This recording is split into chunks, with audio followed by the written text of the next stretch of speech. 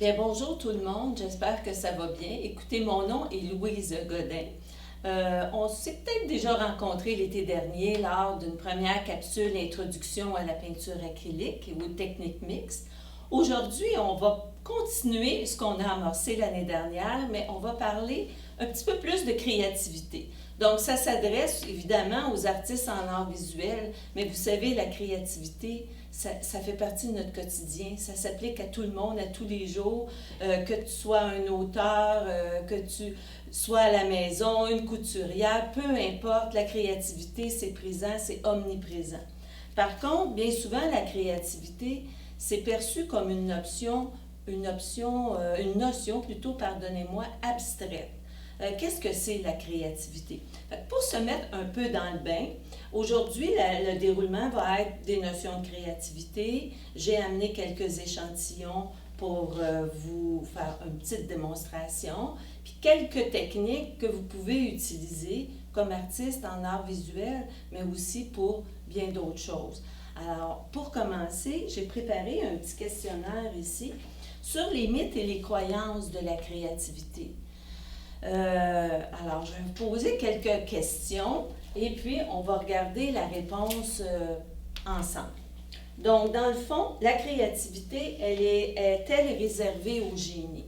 Non, la créativité n'est pas réservée au génie, alors c'est vraiment faux ici. Ça s'applique à tout le monde. Il y a vraiment de grands interprètes et de grands auteurs qui n'étaient pas des génies. Par exemple, je vais vous citer un exemple. Vous savez, nos papiers post-it comme ça ici, mais ça, c'est la compagnie 3M. Et puis, ils engagent des gens qui travaillent là-dessus pour développer des produits. Et puis, ils font toutes sortes de recherches puis d'expériences. Puis, il y a une journée, une personne, elle devait produire une colle assez insistante comme produit. Et puis, ça ne fonctionnait pas. Puis, il y avait toutes sortes d'essais, d'erreurs. Puis, une journée, cette personne-là a pris un peu de cette colle-là qu'elle était en train d'expérimenter. Elle en a mis sur un bout de papier comme aide-mémoire. Puis, elle a mis ça sur son bureau. Et puis, finalement, c'est comme ça, à son retour, qu'il a pu voir le papier, puis qu'il a pu voir que c'est une colle, mais quand même pas trop exigeante, puis qu'on peut utiliser pour différents. Vous le savez, les post-it, on utilise ça à toutes les sauces, tous les jours, presque tout le monde. À la maison, au bureau, pour les créateurs, c'est devenu un essentiel pour nous. Donc, vous savez que de cette erreur, c'était pas nécessairement une erreur, mais c'était pas un résultat attendu. Et par contre, est né. Alors, il faut se dire que comme créateur, même si ça ne fonctionne pas toujours à notre goût, ça peut nous amener sur d'autres avenues, d'autres sentiers. Alors, c'était ma petite capsule 3M. La deuxième question, c'est moins d'un individu sur 100 est vraiment créatif. Alors, ici, on dit vrai, mais moi, je dirais plutôt faux, parce que tout le monde est créatif. De ce côté-là, je pense que peu importe, tu es à la maison, tu fais une recette, tu décides de faire une soupe. Si tu ne prends pas une soupe en enveloppe, tu vas utiliser tout ce que tu as à la maison, à la portée de la main. Alors, je pense que dans ton jardin aussi, si tu fais un aménagement paysager, selon comment tu organises ton espace, ton aménagement, ta composition, tes couleurs, tes formes, tes grandeurs, tes volumes, bien, c'est aussi créateur. Fait que je pense qu'ici, il y a une petite erreur. Il faut aller vers faux. Troisième question, la créativité est un don de naissance, on l'a ou on ne l'a pas? Alors, la créativité, c'est vraiment faux. Je veux dire, dans le sens que tout le monde peut être créatif, mais non. Pas nécessairement ça à la naissance, ça se développe, c'est comme un muscle. La créativité, il faut l'entraîner, il faut en faire régulièrement à l'intérieur de toutes nos activités. Par exemple, une journée, tu vas habituer de prendre une marche, cette journée-là, tu pourrais particulièrement décider de prendre un autre itinéraire pour faire ta marche. Changer d'avenue, changer notre quotidien, des petites choses bien simples, mais qui vont nous amener à développer notre créativité. Il faut être un peu fou pour être créatif. Non, je pense pas qu'il faut être fou pour être créatif. Il faut oser. L'important, c'est vraiment d'oser, de se faire confiance, de faire des essais, puis de ne pas nécessairement vouloir une réussite ou un produit fini tout de suite. Moi, comme artiste peintre en art visuel, je vais faire plusieurs tests, puis parfois, ça peut être long, puis ça ne fonctionne pas vraiment à mon goût. Ça peut prendre un certain temps, je laisse ça de côté, j'y reviens, puis j'ai un nouvel état d'esprit ou de nouvelles idées ou de nouvelles couleurs, et puis mon tableau va réussir très bien cette journée-là, alors qu'il y a peut-être une semaine, j'y arrivais pas nécessairement. Ensuite, la créativité est une mode. Bien non, la créativité, c'est pas une mode, mais on en entend beaucoup parler. Par exemple, je vous invite à regarder les magazines, les revues, les journaux. Particulièrement ceux qui vont faire appel à la créativité, ce sont les agences de publicité qui font beaucoup de pubs, de promos. Ils doivent attirer les regards, ils doivent attirer les gens pour être à leur écoute, puis aussi vendre leurs produits. Donc, qu'est-ce qui va faire qu'une publicité va fonctionner mieux qu'un autre? Bien, ils ont vraiment un travail de créativité à faire. Puis il y a toutes sortes de techniques de production d'idées. Aujourd'hui, on va peut-être en regarder une ou deux, mais il y en a une multitude, c'est à l'infini. Ensuite de ça, la créativité n'est pas une panacée. Une panacée, c'est un remède miracle, c'est vrai. C'est pas une panacée, c'est pas parce que tu es créatif que tu vas régler tous les problèmes. Par contre, généralement, les gens qui vont utiliser la créativité ou faire appel à des techniques de production d'idées, mais ce sont des gens qui veulent résoudre un problème ou développer une nouvelle approche ou un nouveau concept. Alors, même nous, quand on fait face à une difficulté, on cherche des solutions. Puis, bien souvent, bien, par des techniques simples qu'on peut faire même à la maison, bien, on peut arriver à trouver des solutions. La créativité ne s'apprend pas, ne s'enseigne pas. Alors, c'est faux parce que de plus en plus, on enseigne la créativité, on l'enseigne à l'université. On l'enseigne, moi je l'ai enseigné au cégep pendant plusieurs années. Je l'enseignais auprès d'étudiants qui étaient pour intervenir auprès de personnes vivant avec des difficultés ou des différences. Donc, on a à développer des approches, des techniques pour impliquer et permettre à ces personnes-là de vivre leur quotidien le plus aisément possible et le plus pleinement possible. Alors oui, ça s'enseigne. Et la créativité n'a pas de place dans les organisations modernes. Bien, je pense que je vous en ai parlé un peu. C'est faux. De plus en plus, il y a des entreprises, des usines qui vont faire des groupes de constellations d'idées, de remue-ménage, d'activités en groupe pour justement développer la créativité, l'esprit d'équipe, la communication parmi leurs membres. Alors, ça s'applique à tout le monde. Dans les organisations, il faut faire la chasse aux individus créateurs. Alors, c'est vrai, dans le sens que bien souvent, les personnes créatrices n'osent pas nécessairement s'afficher. Alors, parce que, je vais vous en parler tantôt, mais je pourrais vous en parler maintenant. Il y a 10 façons de tuer des bonnes idées. Comment détruire une bonne idée? Alors, tu sais, tu peux dire, si tu travailles en équipe ou avec d'autres personnes ou avec d'autres artistes même, ben non, ça a déjà été fait. Ou, moi, j'ai déjà peint des fleurs. J'avais le goût des fleurs, je travaille par collection. Puis, on m'a déjà dit, oh, c'est facile, n'importe qui peut faire des fleurs. Alors, tu sais, il faut faire attention à ça, puis ça peut détruire une très bonne idée. Mes fleurs, c'est mes fleurs, puis quelqu'un d'autre peut faire d'autres fleurs, puis peut les faire de façon atypique, puis de façon très différente. dire « Ah ben non, j'ai pas le budget, ça va coûter cher ». Dans ce que je vais vous parler aujourd'hui, puis dans la capsule de l'année dernière, introduction, j'essaie vraiment de vous donner des idées pour utiliser, récupérer, utiliser le matériel qu'on a à la maison, puis pas nécessairement du matériel qui coûte les yeux de la tête. Oui, ça coûte cher, le matériel, puis d'autant plus maintenant avec la COVID, les prix ont augmenté beaucoup du matériel, mais il y a certains produits, oui, la qualité, ça vaut la peine, mais on peut quand même être créatif puis faire plein de choses sans vraiment. Souvent, on va dire, ah oui, les artistes, mais eux sont équipés, ils ont des studios, ils ont des ateliers. Mais non, on peut faire ça chez nous, dans une pièce, dans la cuisine. On prend garde de s'assurer de rien tâcher, mais c'est possible, accessible à tout le monde. C'est ce que je veux essayer, dans le fond, de faire valoir aujourd'hui.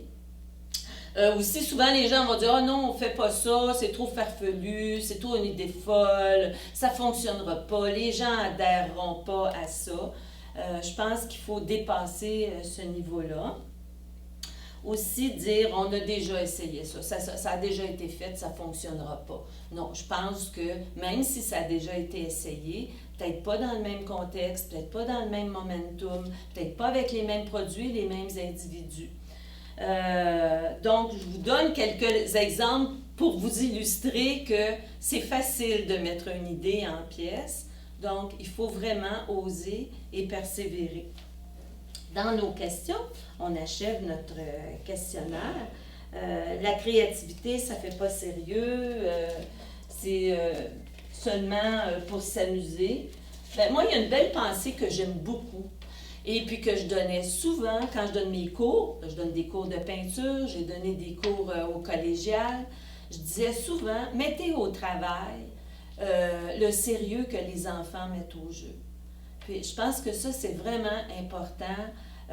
On peut s'amuser, puis on peut créer. C'est pas nécessaire que ce soit ardu, là. On n'est pas obligé d'aller à l'Oratoire Saint-Joseph monter les marches une à une pour arriver à un beau produit. Non. Puis, c'est pas nécessaire que ce soit toujours productif et puis que ce soit toujours... on expérimente, on essaie. Je vais vous en montrer, je vais oser vous montrer des projets non finis, des tests que j'ai faits. Alors ça, c'était mon petit questionnaire pour vous mettre en haleine sur les mythes et croyances qu'on a en créativité.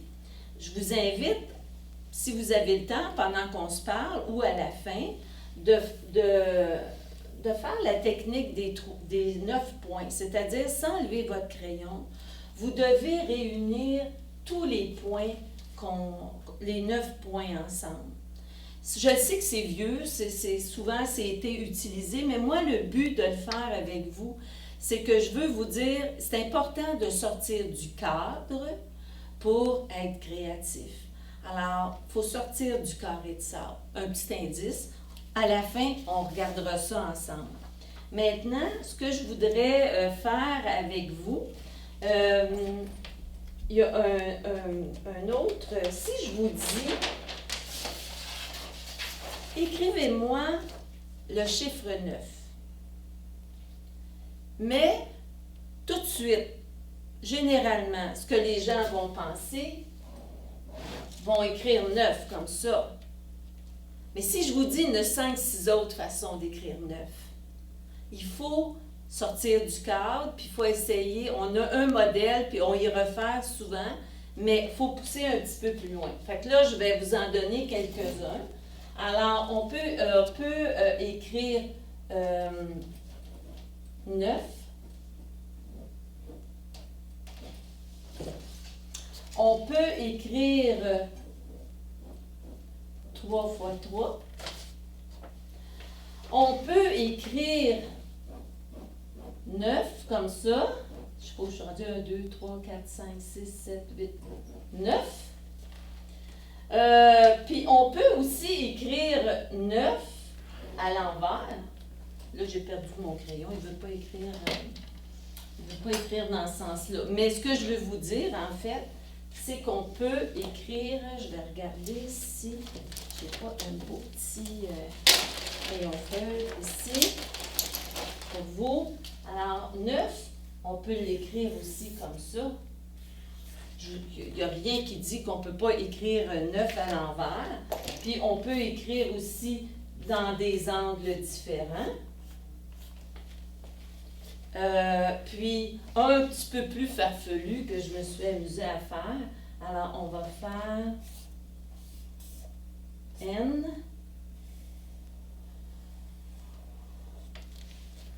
Un 9. 9. Encore là, un exercice pour se dérouer un peu, puis se mettre en branle pour faire notre créativité, développer notre créativité. Il y en a une foule d'exercices, il y a des cahiers qui se vendent, vous allez sur Internet, vous allez tout trouver, mais ça peut être amusant d'en faire quelques-uns à chaque jour. Quand vous produisez des idées, je le sais, je vous en ai parlé lors de la première capsule, mais j'y reviens encore parce que c'est très important. Quand on veut créer, peu importe ce qu'on crée, c'est très important de ne pas se censurer. Alors, à l'intérieur de nous, là, il y a un petit diable là, qui est souvent là, puis qui va te dire non, t'es pas capable ou tu peux pas faire ça. Aussi, ce que je veux vous dire, faites attention de ne pas vous comparer. Parce que si, par exemple, je vais vous donner un exemple, si moi, je me mets à faire des portraits, mais moi, je ne fais pas de portrait en peinture, alors je ne peux pas me comparer à quelqu'un qui fait du portrait à temps plein et puis qui se spécialise là-dedans. Ça ne m'empêche pas d'avoir du plaisir à en faire une fois de temps en temps, mais je ne peux pas me comparer. Alors, il faut faire attention à quelqu'un qui pratique régulièrement, qui en fait son métier, son travail, puis toi, tu le fais à l'occasion. Tu peux devenir aussi bon ou aussi bonne si tu le fais. Alors, c'est pour ça la censure. Faire du pouce sur les idées des autres. Bien souvent, on n'a pas d'idée. Tu t'installes, tu dis qu'est-ce que je ferais bien, ou même moi, j'ai pas d'idée. Je vais vous donner un exemple. Pendant la pandémie, à un moment donné, j'avais pas vraiment d'idée pour créer. C'était vraiment le syndrome de la feuille blanche. Puis j'avais une poire comme collation dans mon atelier. Puis je me suis dit, pourquoi je ne ferais pas des poires? Je n'avais jamais fait ça, des poires. Je me suis mis à faire des poires, puis j'ai fait une petite collection de fruits et de poires. Alors, j'ai fait du pouce sur l'idée d'avoir vu une poire, mais j'aurais pu voir une poire dans un magazine, puis faire du pouce sur cette idée-là, ou tu as vu quelque chose que tu as bien aimé dans une revue, ou encore Pinterest, qui mine d'idées. Alors, faut pas copier, faut pas imiter, mais on peut s'inspirer. Alors, c'est ce que je veux dire quand je fais du pouce. Visez la quantité d'idées. Essayez d'avoir le plus d'idées possible. Et puis, après ça, vous les triez, vos idées, puis vous décidez ce que vous voulez faire. Puis, les idées les plus folles sont bienvenues. Alors, des fois, d'une idée folle peut naître une excellente idée ou un excellent sujet, que ce soit pour écrire un livre, que ce soit pour faire une peinture, etc. Il y a une technique en créativité qui s'appelle le concassage. Le concassage, dans le fond, il y a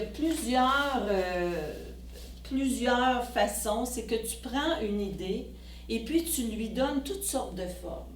Alors, tu vas agrandir ton idée. Si on reprend l'idée de la poire, j'ai quelques exemples ici, mais ça va être difficile pour vous de les voir parce qu'elles sont en noir et blanc.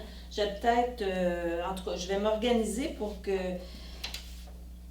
C'est-à-dire que tu prends la même idée et puis tu la répètes. Tu peux la multiplier. Alors, si on prend une forme, par exemple, tu peux multiplier ta forme. En la multipliant, ça peut te donner une nouvelle idée quoi faire avec cette forme-là. Si tu peux la réduire, alors, si tu prends, par exemple, un ballon, si tu l'augmentes, ça peut faire une montgolfière. Si tu la diminues, ça peut faire des picots de toutes les couleurs que tu peux mettre ailleurs. Alors, tu transformes un objet ou un sujet en lui donnant une variété. Puis souvent, ça c'en est une technique de production d'idées, de dire qu'est-ce que je pourrais faire, comment je pourrais l'organiser. J'ai quelques exemples ici que j'ai pour vous. Bon, par exemple, ici, des cœurs. Alors, on a pris des fruits, des légumes, des fruits et des légumes, puis on les a coupés en cœurs, puis on les a multipliés. Alors, ça fait... Ça, c'est un genre de technique qu'on va utiliser en publicité. Ici, pour préparer une recette, on a multiplié les ingrédients, on les a mis sur une feuille. Un que j'aime beaucoup ici, qui est la combiner deux éléments ensemble. Alors là, on a combiné l'idée du temps, puis l'idée de la nature, l'aspect écologique. Si tu regardes des revues, tu vas voir un exemple de vernis à ongles. Ça, c'est associé. Encore là, on associe deux éléments différents ensemble. Alors, ça nous donne ici des diamants avec du vernis à ongles. Donc, c'était ma petite portion de concassage qui est vraiment... on va faire un exemple ensemble maintenant pour vous illustrer un peu en quoi ça consiste. Alors, aujourd'hui, j'ai pris la thématique du cercle, une forme simple que tout le monde peut faire. Puis, je les ai imprimés sur des feuilles cartonnées. Alors, j'ai pris des cercles, j'ai fait des cercles, je les ai imprimés sur des feuilles cartonnées. J'ai fait différents formats. Alors, ici, j'en ai des plus grands, puis des moyens. Je ne sais pas si j'ai des petits, des grands et des moyens, mais on pourrait aller aussi, j'ai des plus petits. Alors, on peut partir de ça, puis de dire, avec mes cercles, qu'est-ce que je pourrais faire. Moi, j'en ai découpé quelques-uns pour les besoins de la journée aujourd'hui. Ça, c'est le travail à faire. Il faut les découper après. Mais de mes cercles, ce que je fais, j'ai un exemple de ce qu'on pourrait faire. Je pourrais prendre aussi un papier que j'ai déjà peint, expérimenté, différentes techniques, différentes impressions dessus. Et puis, à l'arrière, je peux faire des cercles. Et je peux, par la suite, les couper, ces cercles-là. On va en couper un tout de suite. Puis, on peut se prendre un carton, un très grand carton.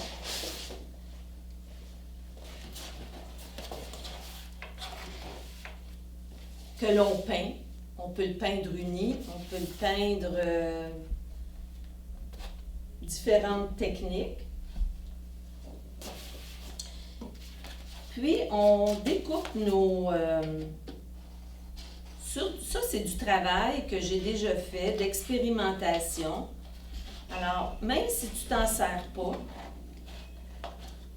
pour le travail que tu avais prévu, tu peux t'en servir puis réutiliser ça. C'est du matériel de récupération. Puis, ça peut donner fière allure à ton travail. Alors, voyez-vous, de ça, cette feuille-là, dans le fond, qui n'était pas très inspirante, puis il n'y avait pas grand-chose. Puis là, on peut arriver et puis les coller de différentes façons. On peut la technique du concassage que je vous parlais tantôt, on peut les associer, on peut... là, j'en ai réduit, j'en ai augmenté. On pourrait remplir la feuille avec ça, puis peindre autour, ou les relier avec différentes textures. Alors, voyez-vous, on peut arriver à faire un tableau qui peut être drôlement intéressant. On les colle. Puis quand on les colle, qu'on travaille avec ça peut être sur une toile, ça peut être sur un beau carton. Sans passant les cartons, vous achetez des cartons pressés à froid, entre 120 et 300 livres.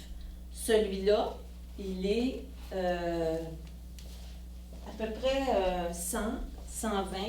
Celui-là, ici, vous voyez, il est beaucoup plus rigide. C'est un 300 livres pressé à froid. Quand on veut expérimenter, on ne veut pas nécessairement acheter des toiles, puis tu te dis, ben, je ne suis pas certaine que je vais réaliser quelque chose avec ça. Alors, tu peux utiliser. Et ça, tu peux aussi en faire des œuvres. Tu peux les encadrer, puis tu peux les maroufler. Maroufler, c'est coller ton œuvre sur une toile. Et c'est aussi beau, aussi bien, et ça a autant de valeur qu'une œuvre sur toile. Alors ça peut être un exemple de ce que vous pouvez faire. Maintenant, avec un autre exemple de ce que vous pouvez faire. Je ne sais pas si vous connaissez le jeu ou pour les lecteurs avec les plus jeunes, Histoire et images. Alors, ce que vous pouvez faire, vous pouvez, là j'en ai découpé quelques-unes pour vous. On peut prendre nos pastilles, ici, que j'ai découpées. Dessus, on colle nos images. Donc, j'ai différentes images. Tu y vas de façon aléatoire. Là, je cherche mon bâton de colle.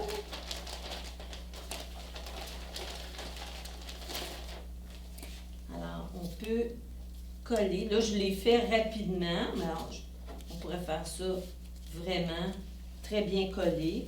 Ça peut être des mots que l'on colle sur nos pastilles.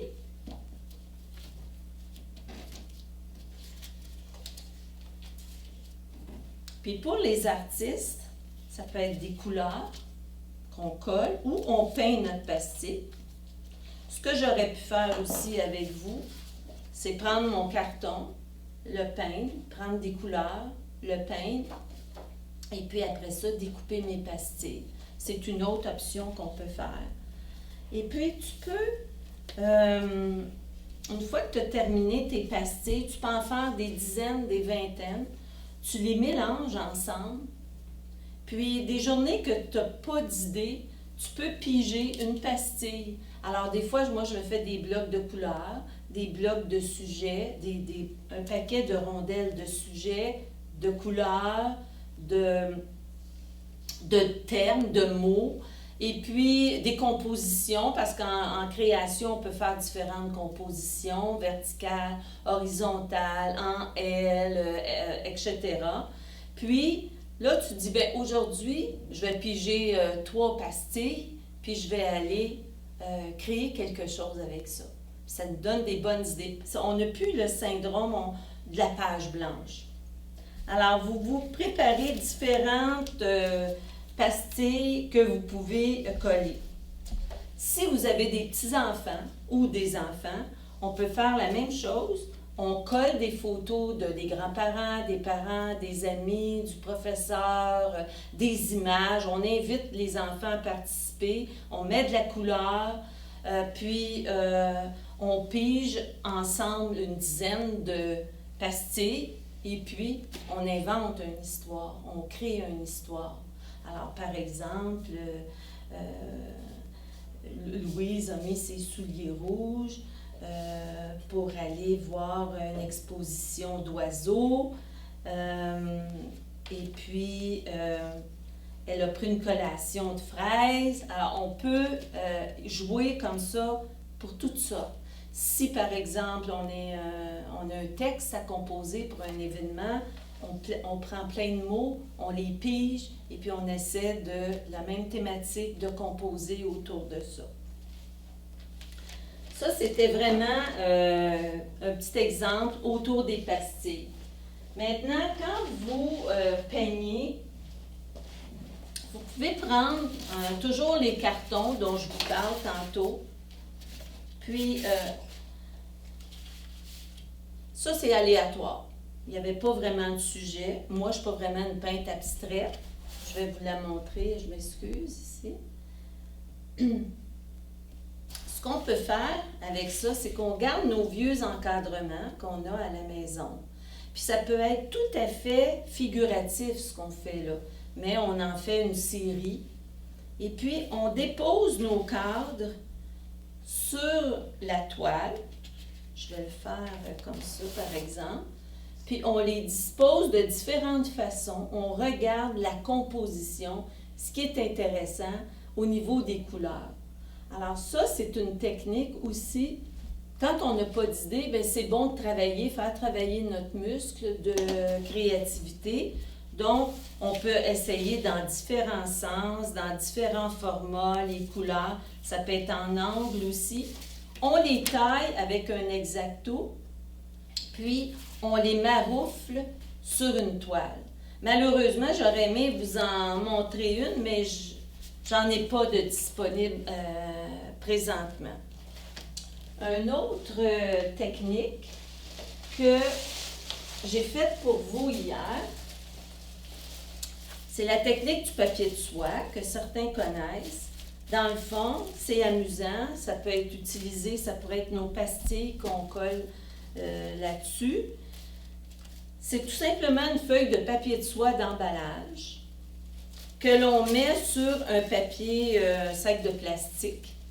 Puis on étend des couleurs. Des couleurs, là, moi je vous dirais vraiment liquides.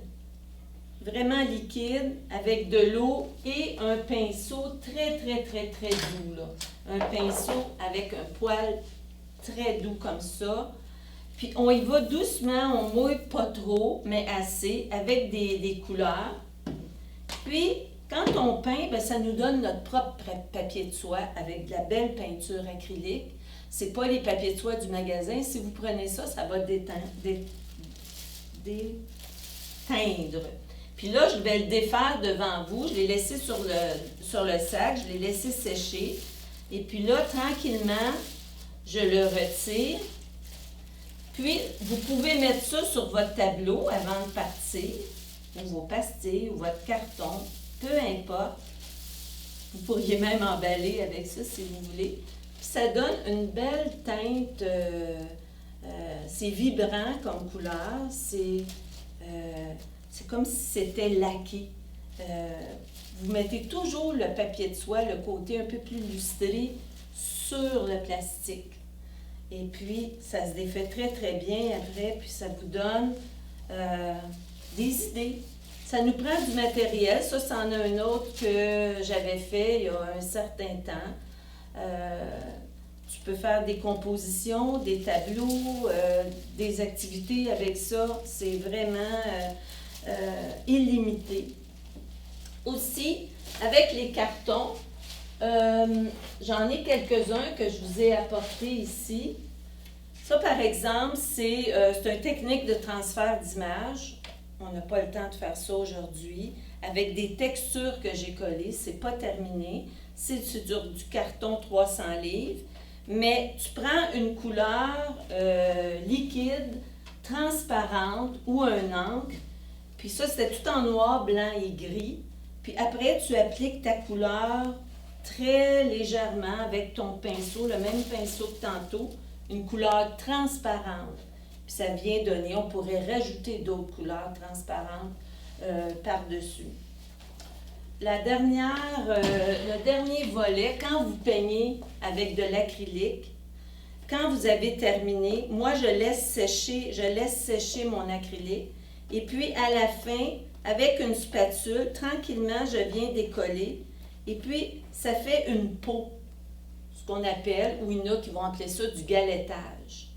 Alors, voyez-vous, je suis capable de l'enlever très délicatement. Puis, ça peut s'intégrer sur une petite œuvre.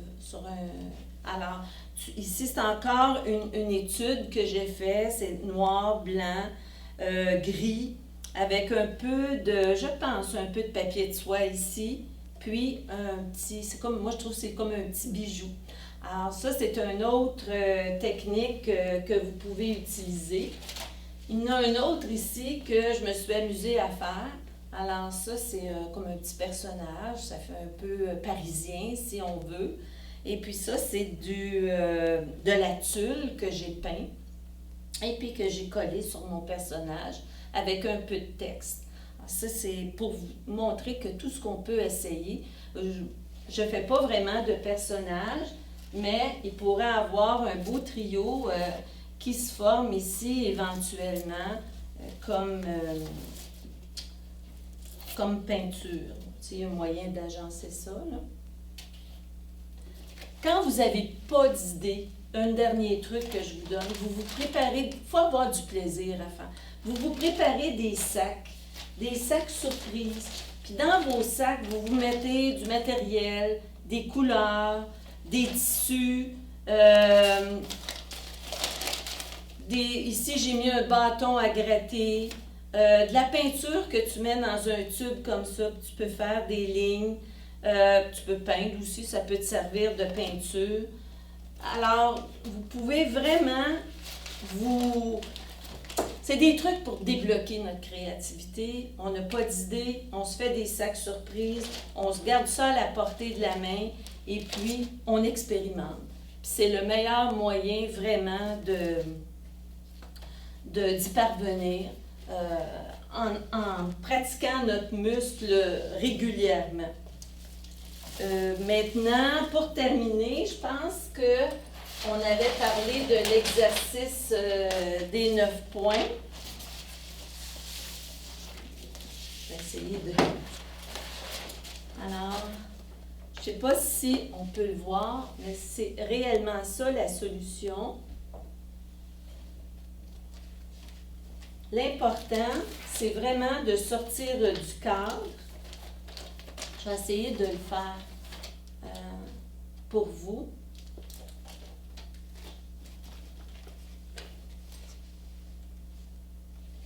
Alors ici, on s'en va comme ça. On descend comme ça. Faut pas que je me trompe, hein? Là, il faut que je sorte du cadre.